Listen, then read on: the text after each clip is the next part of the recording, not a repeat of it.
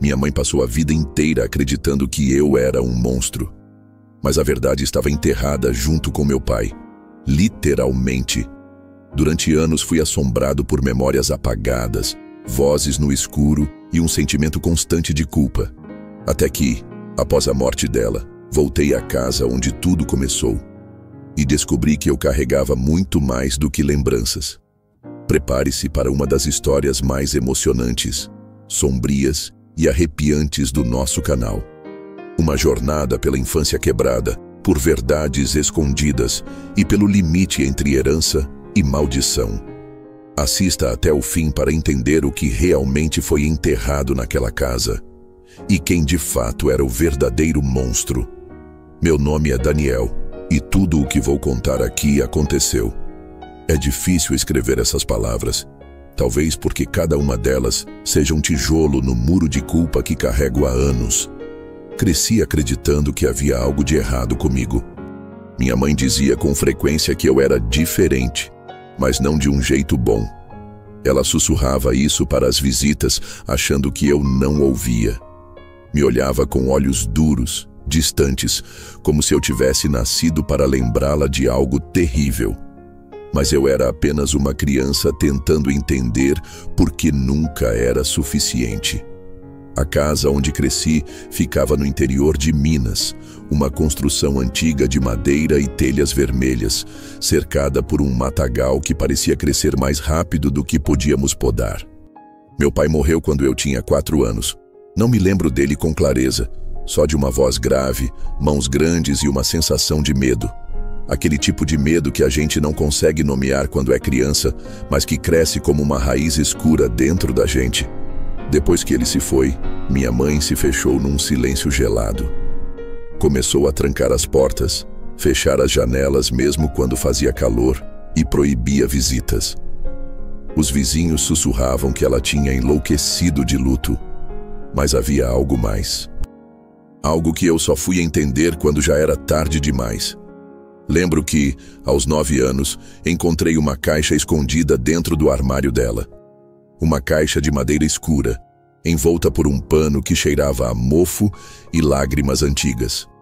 Dentro havia cartas, muitas, todas escritas pela mesma pessoa, meu pai. Mas o conteúdo não era o que eu esperava. Eram confissões, desabafos pesados, violentos. Ele falava sobre vozes que o guiavam, sobre purificação, sobre sangue. A última carta era dirigida a mim, mas minha mãe nunca me deixou terminar de lê-la. Ela apareceu no quarto, me arrancou a caixa das mãos e, com uma fúria que eu nunca tinha visto, me bateu como se estivesse expulsando um demônio. Foi a primeira vez que ela me chamou de monstro. Aos 13 fui mandado para um internato. Disseram que era por causa do meu comportamento. Brigas na escola, isolamento, desenhos perturbadores. Mas ninguém se perguntou por que uma criança de 13 anos passava horas trancada no quarto, desenhando rostos distorcidos chorando sangue. Era tudo o que eu via quando fechava os olhos. No internato, eu aprendi a silenciar, a sorrir por fora e manter os gritos por dentro. Recebia uma carta da minha mãe a cada 6 meses, sempre com o mesmo conteúdo. Espero que esteja sendo tratado. Nunca um sinto sua falta. Nunca um te amo. Era como se ela estivesse apenas monitorando um experimento que não queria mais manter em casa. Anos se passaram e eu segui com a vida do jeito que pude. Fiz faculdade em São Paulo, me formei em História, talvez numa tentativa inconsciente de entender o passado. Trabalhei em museus, depois como pesquisador de arquivos antigos. A distância me fazia bem. Quanto menos eu lembrava da infância, mais eu conseguia respirar. Até o dia em que recebi uma ligação de uma voz trêmula e desconhecida. Daniel, é o Arlindo, advogado da sua mãe. Ela faleceu ontem. O enterro será amanhã.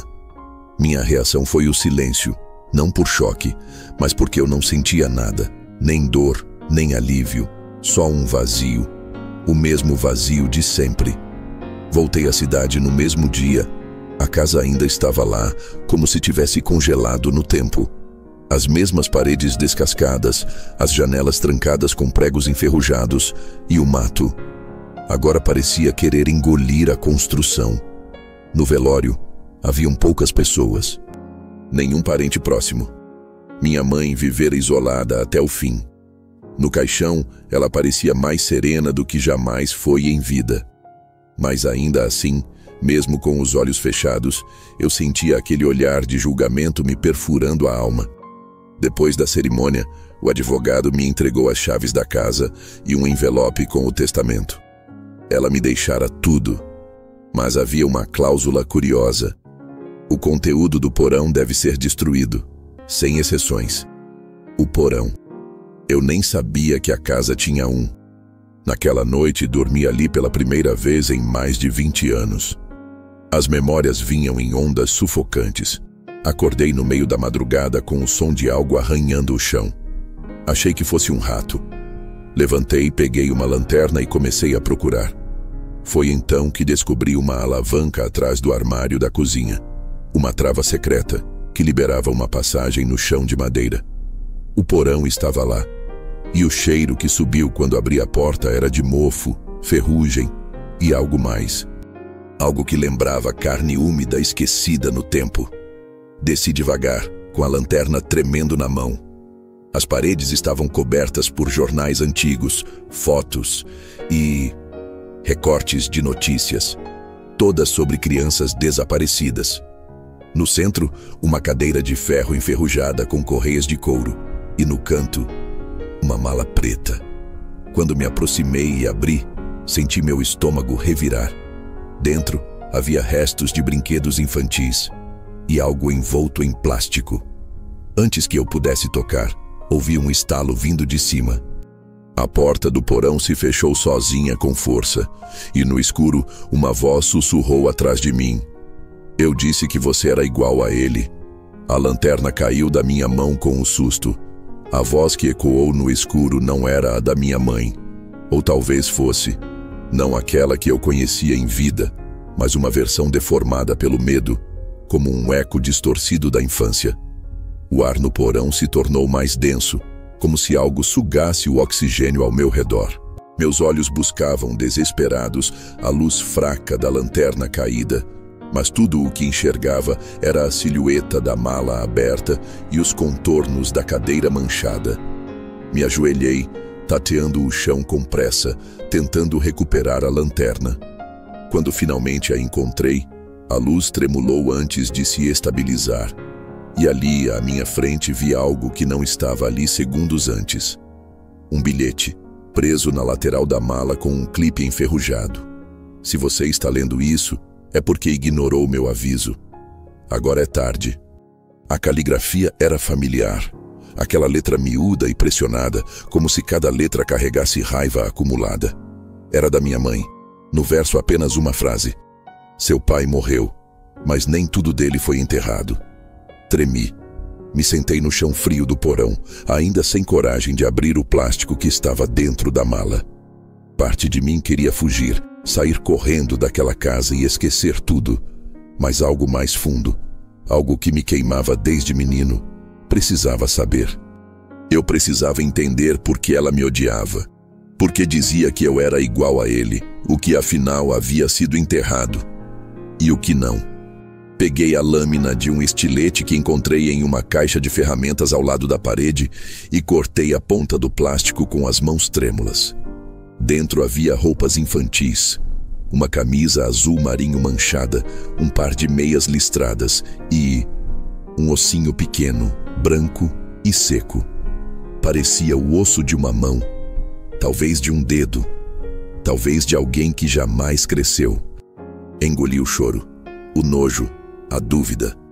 Havia mais coisas no porão, muitas, caixas, sacos, cadernos. E em um canto escuro, quase colado à parede, uma estrutura coberta com lençol. Me aproximei devagar. Quando puxei o pano, vi o que parecia um altar. Fotografias queimadas pelas bordas, algumas minhas ainda criança, outras de meninos e meninas que eu não reconhecia. No centro, uma foto emoldurada de meu pai, com os olhos riscados com tinta vermelha. Havia um caderno espesso no topo do altar. Um diário. Abri na primeira página. Era da minha mãe. As anotações começavam no ano da morte do meu pai. Ela descrevia noites sem dormir, vozes que ouvia, passos na varanda e a certeza de que ele ainda estava por perto. Dizia que ele vinha todas as noites, que falava com ela pela parede do quarto, que mandava mensagens através das coisas quebradas na casa. Mas o que me arrepiou foi uma frase repetida dezenas de vezes ao longo das páginas. Ele está nele. Ele entrou no nosso filho. Ele é o receptáculo. Fechei o diário com força. Agora tudo fazia sentido. Ela acreditava que meu pai havia me possuído. Que o homem que a aterrorizou por anos, um homem que ela dizia ouvir mesmo morto, havia encontrado morada no meu corpo. Ela não me odiava, ela tinha medo, pânico, e se convenceu de que eu era a continuação dele. Mas o que meu pai havia feito? Quem eram aquelas crianças das fotos? Por que havia notícias de desaparecimentos coladas nas paredes do porão? Voltei ao altar. Atrás dele, encontrei uma pequena caixa metálica trancada com um cadeado simples. Forcei com uma chave de fenda até a tampa ceder. Dentro, um gravador antigo, desses de fita. Ao lado, uma fita marcada com o nome Confissão, 1994. Subi correndo para o andar de cima, liguei o gravador na tomada e apertei o play. A voz que saiu era arrastada, grave, carregada de sofrimento. Era meu pai. Se essa fita for encontrada, é porque ou eu estou morto, ou ela está. E honestamente não sei o que seria pior. Não sou inocente. Eu fiz coisas que não podem ser desfeitas. Fui tomado por algo maior do que eu. Uma presença, uma voz antiga que sussurrava em meus ouvidos desde criança. Não era loucura. Eu sei o que vi, sei o que ela queria. E fiz o que mandava. Primeiro com animais, depois com os outros. Eles disseram que meu filho seria a chave, que ele nasceria com olhos abertos para o outro lado, que através dele eu poderia voltar, mesmo morto. A fita chiou, parou, depois continuou com outra voz. A de minha mãe. Se alguém ouvir isso, eu falhei. Eu tentei selar, tentei impedir. Eu tranquei tudo. Destruí os brinquedos, queimei as roupas, fiz rituais antigos que nem sabia se funcionariam. Mas ele voltou. Eu vi nos olhos do meu filho, vi nos pesadelos. Ele fala enquanto dorme.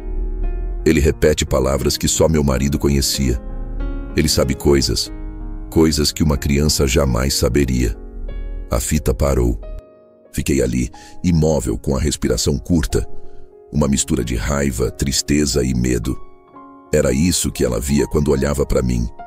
Não o filho que ela deu à luz, mas o homem que a quebrou. Fui até o banheiro e me encarei no espelho por longos minutos. Será que era verdade? Será que eu era mesmo a continuação dele? Naquela noite sonhei com o porão. Sonhei com a cadeira de ferro. Mas dessa vez, quem estava amarrado nela era eu. E à minha frente, minha mãe com os olhos completamente pretos. Ela sussurrava palavras numa língua estranha. E atrás dela, uma figura encapuzada segurava algo nas mãos. Acordei com um som alto. Algo havia caído no andar de baixo. Corri escada abaixo e encontrei a porta do porão aberta novamente. Mas o que me gelou até o osso foi ver que, no chão da cozinha, havia pegadas. Pegadas molhadas, de criança.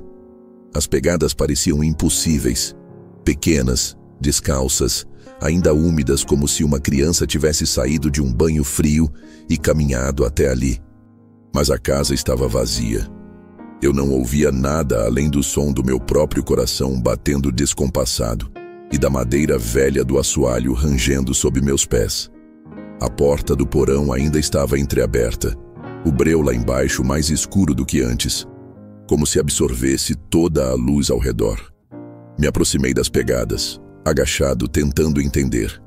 Elas vinham do porão e paravam exatamente em frente à porta da cozinha, como se quem quer que fosse tivesse parado ali e me observado enquanto eu dormia. Tranquei a porta do porão com tudo, empurrei o armário de volta por cima da entrada secreta e, mesmo com o corpo tremendo, fui até a despensa procurar algo para me acalmar. Encontrei uma garrafa de conhaque esquecida, coberta de poeira. Não bebo, nunca bebi, mas naquela noite bebi, e ainda assim não consegui dormir. Passei horas vasculhando a casa, tentando entender o que mais minha mãe havia escondido.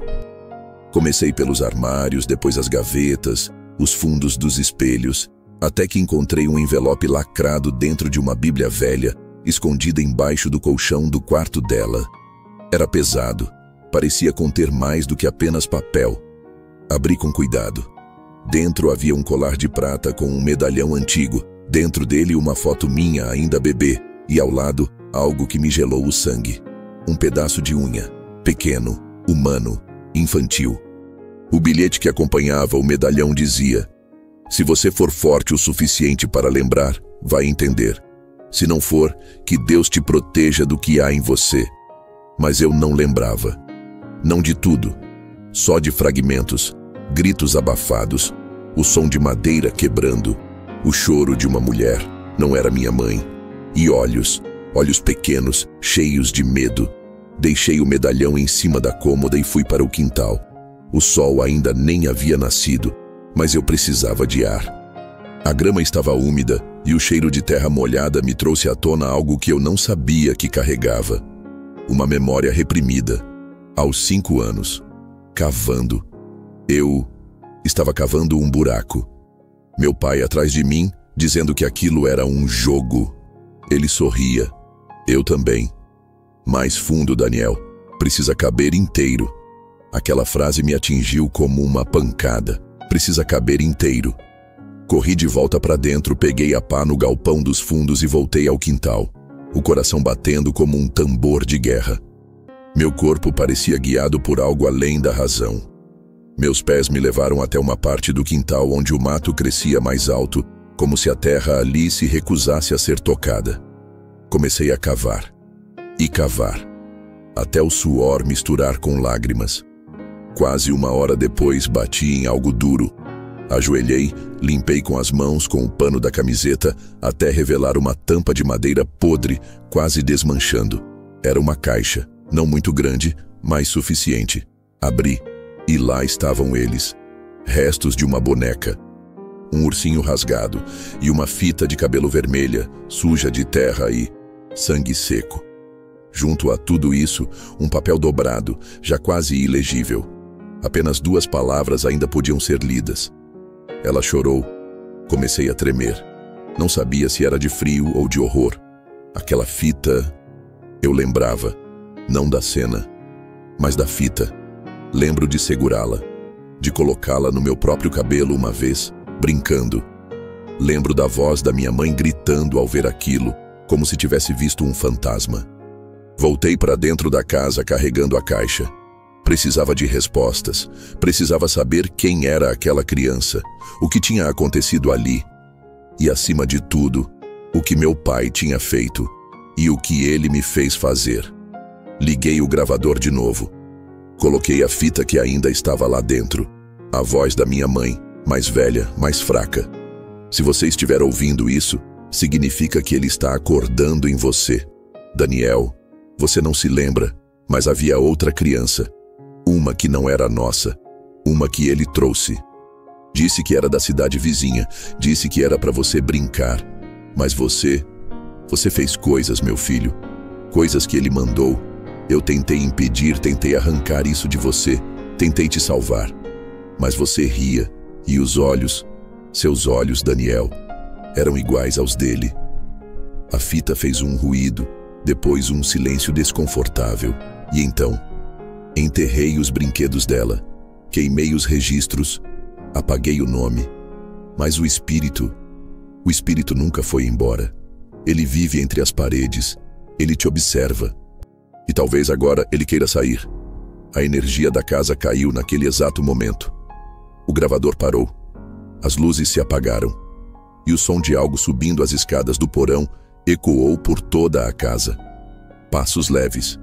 De criança. Fiquei imóvel, como se meu corpo tivesse sido petrificado pela própria memória. Os passos vinham lentos, arrastados, como se cada degrau pesasse mais do que o mundo. O som reverberava nas paredes como um sussurro de uma infância enterrada, não esquecida, apenas silenciada. Eu tentava racionalizar, talvez um animal, talvez o barulho da madeira velha estalando com o vento, mas lá no fundo, algo em mim já sabia. Aquilo não era imaginário, era real e estava vindo em minha direção. A casa inteira mergulhara em escuridão. Tudo o que me restava era o som, e os sons não mentem. Cada passo vinha com um ranger específico, como se os degraus gritassem para me avisar que eu não estava mais sozinho. A lanterna. Eu havia deixado no porão. Corri até a cozinha, tateando no escuro à procura de qualquer coisa que pudesse usar como arma. Meus dedos encontraram uma velha tesoura de podar entre os panos de prato. Agarrei com força e esperei. Os passos cessaram. O silêncio que veio em seguida era ainda mais aterrorizante. A ausência total de ruído, como se até os insetos tivessem parado para observar o que viria a seguir. De repente, ouvi um leve sussurro vindo da sala. "Você lembra do meu nome?" Virei imediatamente na direção da voz, mas não havia ninguém. Apenas a cortina da janela se balançando com o vento que vinha de uma fresta aberta. A voz era infantil, suave e absolutamente familiar. O tipo de familiaridade que não se explica, só se sente. "Você lembra do meu nome?" Não, eu não lembrava. Mas minha pele se arrepiou dos pés à cabeça, como se meu corpo soubesse mesmo que minha mente negasse. A pergunta ecoava dentro de mim como uma chave, girando lentamente na fechadura de uma porta que nunca deveria ser aberta. Voltei à sala. Vasculhei tudo. Nada. Então vi uma nova pegada. Uma única, pequena, impressa na poeira da mesinha de centro. Como se alguém tivesse ficado de pé sobre ela, me observando dormir naquela primeira noite. Subi para o quarto da minha mãe. Talvez houvesse mais respostas escondidas ali. Vasculhei o armário, puxei as gavetas, revirei caixas de costura. Foi no fundo de um velho baú, sob uma manta puída, que encontrei o que talvez fosse a chave de tudo, um caderno de anotações. Não dela, mas da assistente social que havia nos visitado poucos meses antes da morte do meu pai. Caso no 643-93, menina não identificada, vítima de negligência, transferida para acompanhamento provisório na residência de Francisco e Leonor Moreira, sob tutela informal, idade estimada, 6 anos. Eu tremia. Havia uma foto, desgastada, mas ainda visível. O rosto de uma menina morena, olhos grandes, fita vermelha no cabelo. Era ela.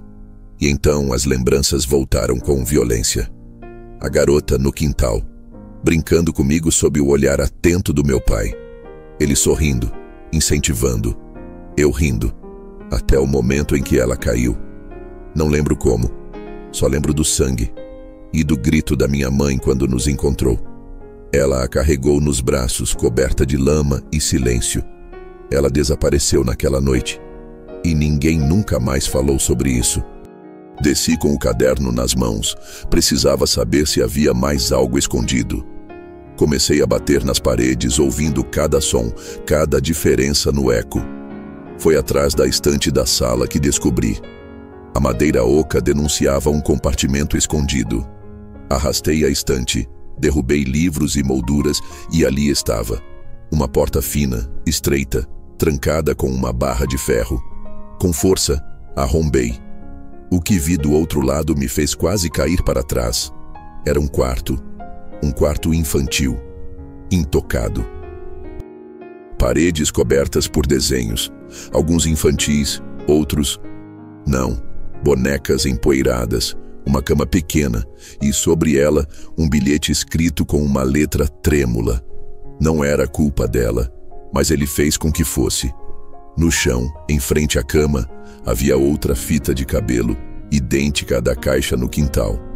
Quando me aproximei para pegá-la, ouvi novamente o sussurro. Você me deixou aqui. Me virei bruscamente.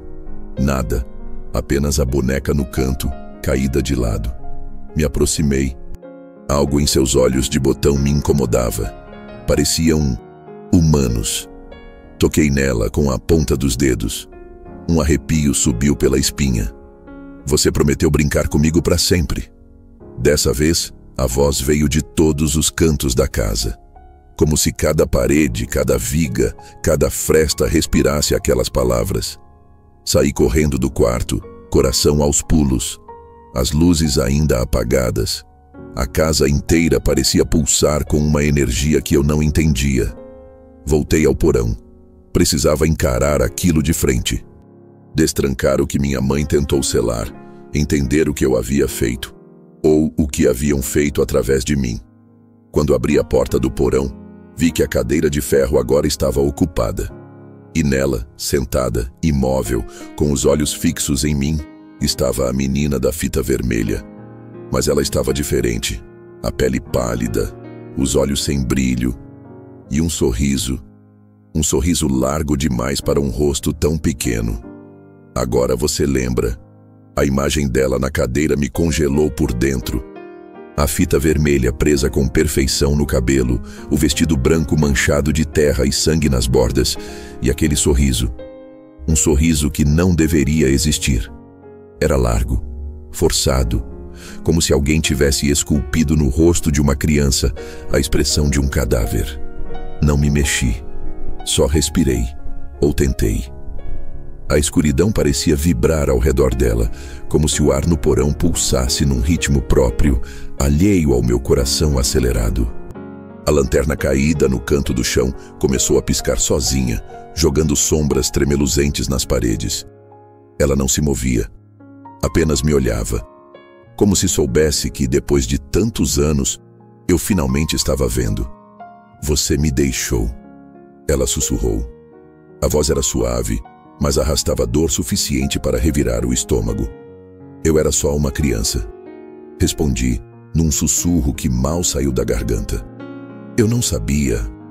Ela inclinou levemente a cabeça, como se escutasse algo ao meu redor que eu não escutava. Mas ele sabia. E você deixou. Uma lágrima escorreu pelo meu rosto, não por medo, mas por culpa. Pela confirmação do que minha mente adulta tentava negar, mas meu corpo lembrava. O peso nas mãos, a terra molhada, o silêncio que seguiu ao último grito. Quem era você? Ela não respondeu com palavras. Apenas estendeu o braço devagar e apontou para a parede ao lado da cadeira. Caminhei como um sonâmbulo até lá. Havia dezenas de marcas riscadas na madeira, como contagens de dias. E uma única palavra escrita com o que parecia carvão. Aninha. O nome me atingiu como uma lâmina. Aninha. Minha amiga invisível da infância. Aquela com quem eu conversava sozinho. Aquela que minha mãe dizia não existir. Aquela que, por fim, eu parei de mencionar porque toda vez que falava o nome, ela me batia. Me virei devagar. A cadeira agora estava vazia. Corri até o centro do porão, com a lanterna em mãos, apontando em todas as direções. Nada. Só o silêncio e os ecos do meu próprio pânico. Mas então a luz da lanterna parou numa das paredes. Havia algo escrito em sangue. Fresco. Onde está o outro? O outro.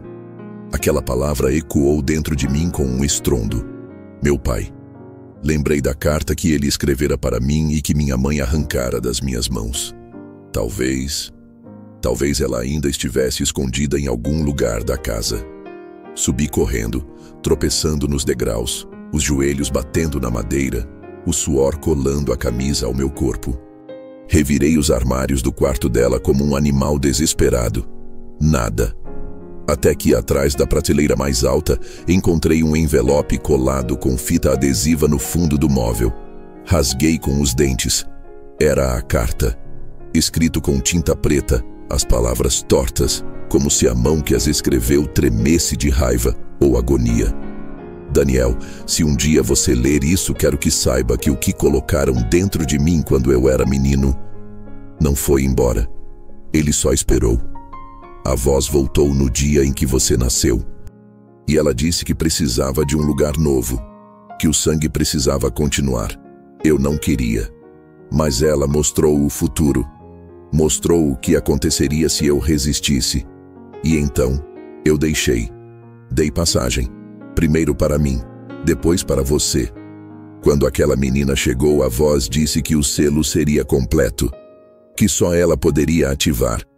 Mas sua mãe, ela interrompeu, e isso partiu tudo no meio. Parte de mim morreu, parte de mim ficou em você, e parte dela ficou presa. Perdoe-me, filho.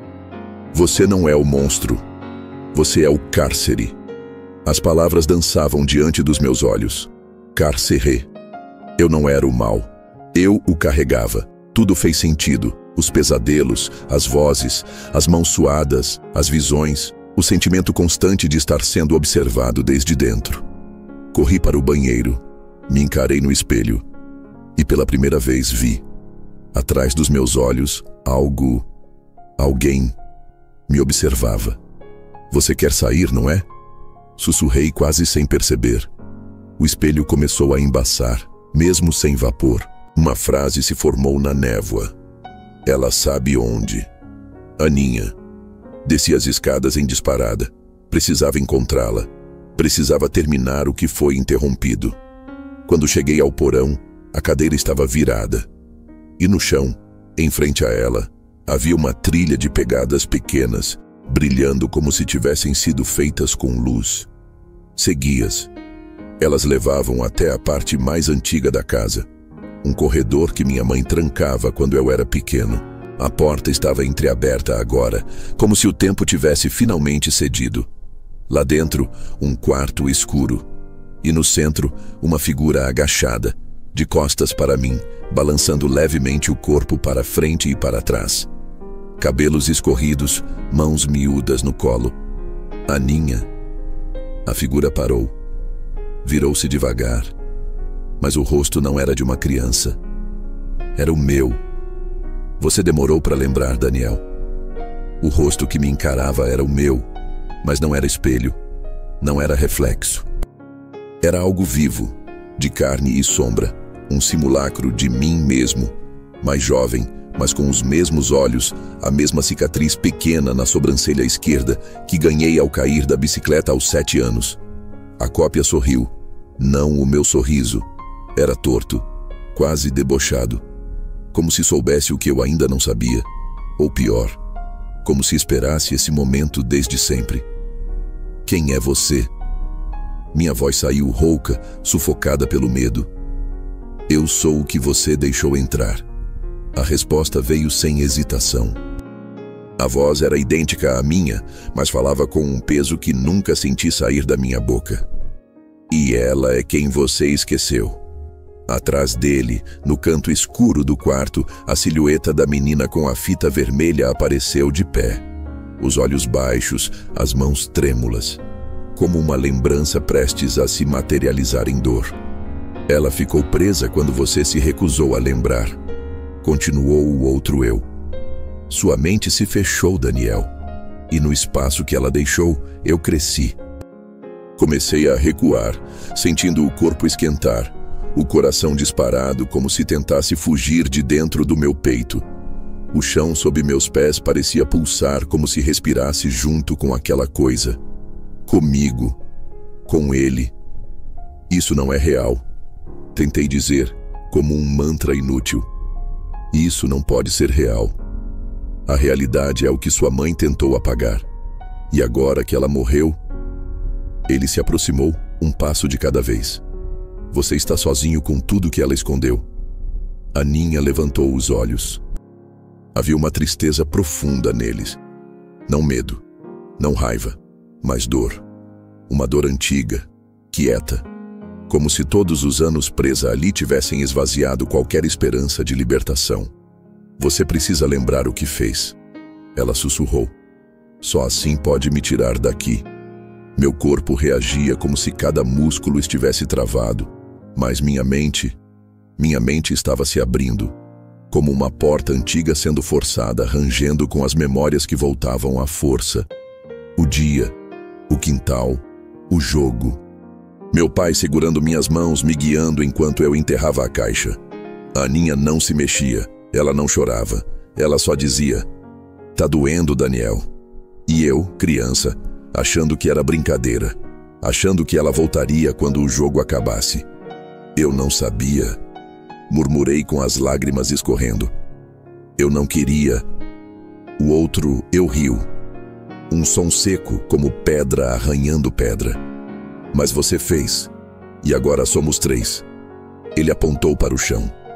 De repente, a casa inteira pareceu estremecer, como se um trovão tivesse soado dentro das fundações. A luz oscilou. Um cheiro de ferrugem e carne queimada invadiu o ar. O espelho da parede se rachou de cima a baixo com um estalo agudo, e as sombras começaram a se mover. "Você pode nos libertar", disse ele, "mas precisa escolher." Escolher o quê? Quem sai e quem fica. A casa começou a escurecer de novo. Mas dessa vez não era pela falta de energia. Era como se a própria luz estivesse sendo sugada, tragada por algo invisível e antigo. Uma presença que crescia nas paredes, no chão, no teto.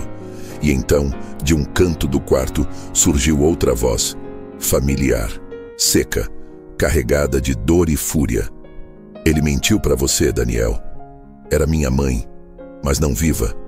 O corpo estava consumido, os olhos fundos como crateras, os cabelos ralos, o vestido de velório. Mas a voz era dela. Seu pai não foi possuído, ele era um monstro. Sempre foi.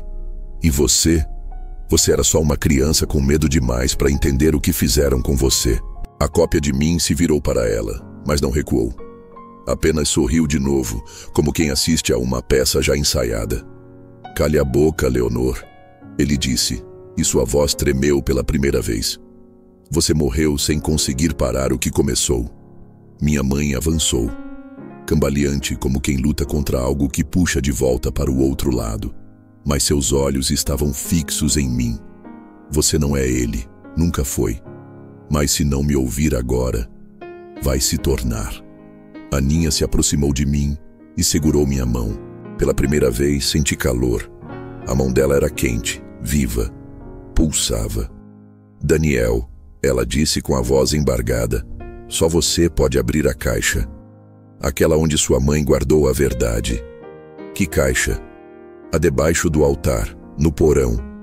A casa começou a tremer mais forte. Estalos por todos os lados, gritos abafados vindos das paredes. O tempo estava acabando. Corri. Desci as escadas como um desespero. O altar ainda estava lá. Arrebentei tudo. Derrubei as molduras, rasguei os papéis, joguei o diário para o lado. E lá estava ela. Uma caixa de ferro, trancada com cadeado, enterrada sob o altar improvisado. A chave estava pendurada no medalhão. Corri até o quarto da minha mãe.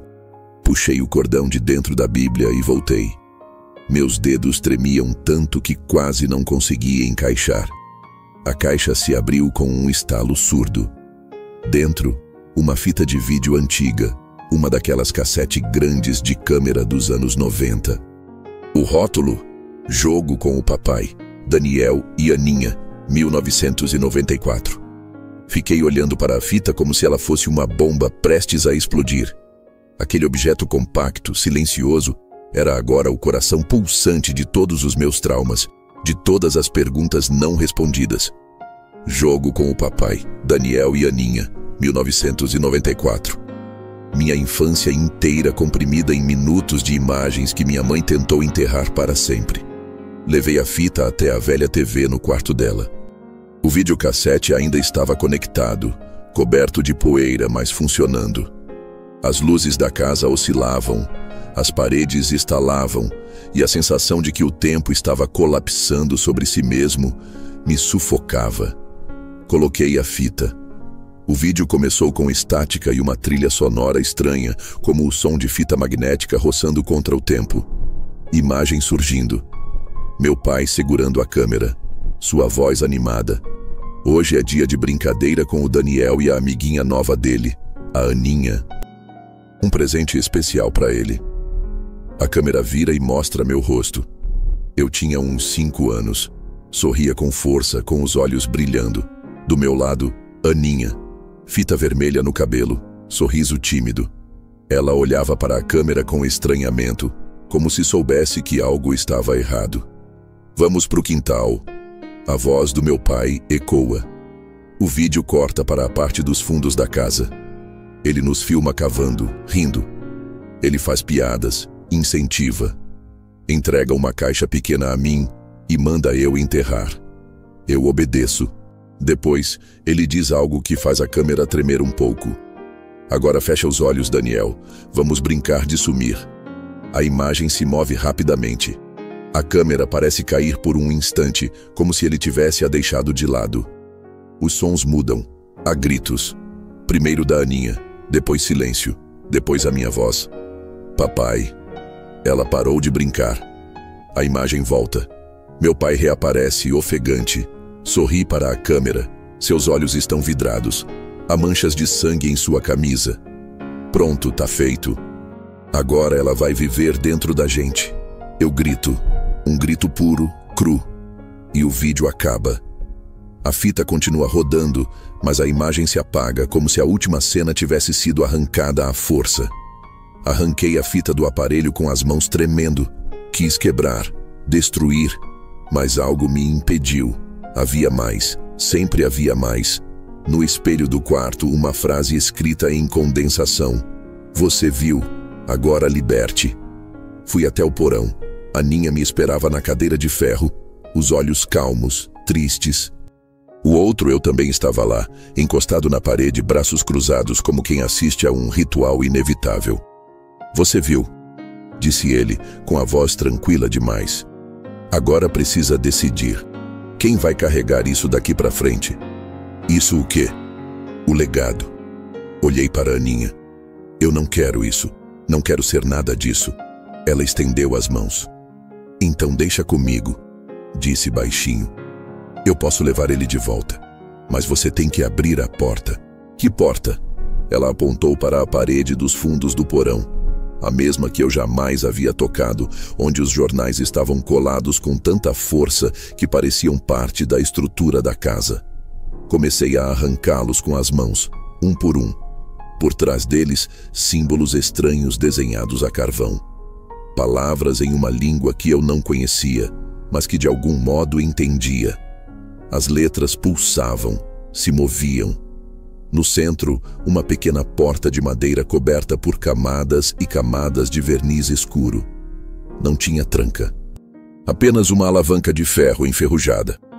Quando você abrir, ele vai tentar sair, disse Aninha. Você precisa me deixar ir junto. O que vai acontecer com você? Ela sorriu pela primeira vez com ternura. Eu nunca saí daqui, Daniel. Não como deveria. Essa casa é minha tumba, mas talvez, com você lembrando, eu possa descansar. O outro eu começou a rir, baixo e assustador. Ela mente. Vai levar você junto. Vai te puxar com ela. Você vai sumir. Ignorei. Me aproximei da alavanca. Encostei a mão. O ferro estava quente como brasa. Olhei uma última vez para Aninha. Ela assentiu. Olhei para mim mesmo e vi que ele começava a se apagar como fumaça soprada pelo vento. Puxei a alavanca. A porta se abriu com um estalo seco e profundo, como se um véu entre mundos tivesse sido rasgado. Um vento gelado me atingiu, vindo do breu absoluto do outro lado. Um cheiro de morte, de raízes antigas, de dor esquecida. Um vórtice invisível começou a se formar, sugando o ar, poeira e tudo. Aninha correu. Antes de entrar, virou-se para mim. Os olhos já não eram de uma criança, mas de algo além da vida. Obrigada por lembrar de mim. E sumiu. A porta se fechou sozinha. Um estrondo abalou a casa. E o silêncio. Finalmente, o silêncio. Subi. A luz do sol começava a entrar pelas janelas pela primeira vez desde que eu chegara. No espelho da sala, agora limpo, havia uma nova frase. Ela descansou e você está livre, ou quase. Porque enquanto me olhava no espelho, meus olhos ainda tinham um reflexo atrás, que não era meu. Por um instante, eu fiquei ali parado, encarando meu reflexo como se ele fosse uma outra pessoa. Como se, agora que a verdade havia sido desenterrada, eu precisasse reaprender a reconhecer quem era de fato. O sol entrava pela janela da sala, lançando uma luz morna sobre o chão de madeira. Mas dentro de mim ainda fazia frio, um frio antigo, enraizado, como o eco da infância queimada por segredos que ninguém deveria carregar. Me aproximei do espelho, olhei mais fundo e vi, atrás do brilho da íris, uma sombra, sutil, uma névoa que tremulava bem no limite da pupila. Algo, ou alguém, ainda me observava. Ainda ali, silencioso, paciente. Mas era diferente agora. Não havia mais vozes, nem ordens, nem pressão sufocante. Apenas presença. Como se ao abrir a porta para Aninha, eu tivesse fechado outra, mas não trancado. Não completamente. Passei os dias seguintes desmontando a casa. Cada cômodo, cada caixa, cada envelope. Queimei tudo o que era dele. As cartas, as fotos, as gravações. Fiz uma fogueira no quintal, exatamente onde a terra ainda guardava a lembrança do que fizemos ali. Vi a fumaça subir e me perguntei se aquele cheiro era de papel queimando, ou de memórias finalmente sendo libertadas. No porão, fechei a entrada com cimento. Bati pregos, coloquei tábuas, ergui uma parede de tijolos. Não porque achei que algo poderia sair de lá, mas porque precisava marcar o fim, um túmulo, um selo. Vendi a casa semanas depois. Disse ao comprador que era uma propriedade antiga, com história. Ele sorriu, animado. Eu sorri de volta, em silêncio. Voltei a São Paulo. Reassumi meu trabalho, mudei de apartamento, cortei o cabelo, comecei terapia. Mas havia dias em que acordava com a sensação de que alguém tinha tocado meu ombro durante a noite. Dias em que a torneira pingava sozinha. Ou a TV ligava num canal estático às 3 da manhã. E então, uma noite, recebi uma carta. Não tinha remetente. Dentro, apenas uma fotografia. Eu, criança, segurando a mão de Aninha no quintal. Um momento de alegria congelado antes da escuridão. Atrás da foto, escrito com letra trêmula: "Você me salvou. Agora vigie para que ele nunca volte." Guardei a foto numa caixa de madeira simples, tranquei e deixei em cima da estante, junto aos livros que nunca termino de ler. Porque às vezes, à noite, vejo o reflexo dela sorrindo no vidro da janela. E sei que está tudo em paz, por enquanto. Mas também sei que o que meu pai carregava era mais antigo do que ele, mais fundo do que nossa casa, mais escuro do que nossa história. Era uma herança. E heranças, por mais que a gente queime, sempre deixam cinzas. Por isso, toda vez que fecho os olhos para dormir, repito para mim mesmo como um feitiço: eu não sou ele. Eu nunca serei ele. Eu sou o fim, não a continuação. Mas no fundo, bem no fundo, uma pergunta sempre permanece: e se um dia eu esquecer? Se essa história mexeu com você, deixe seu comentário. Você acredita que traumas familiares podem passar de geração em geração? Curta, compartilhe e inscreva-se para não perder as próximas histórias emocionantes e arrepiantes que estamos preparando para você. Ative o sininho para nunca mais perder um final como esse.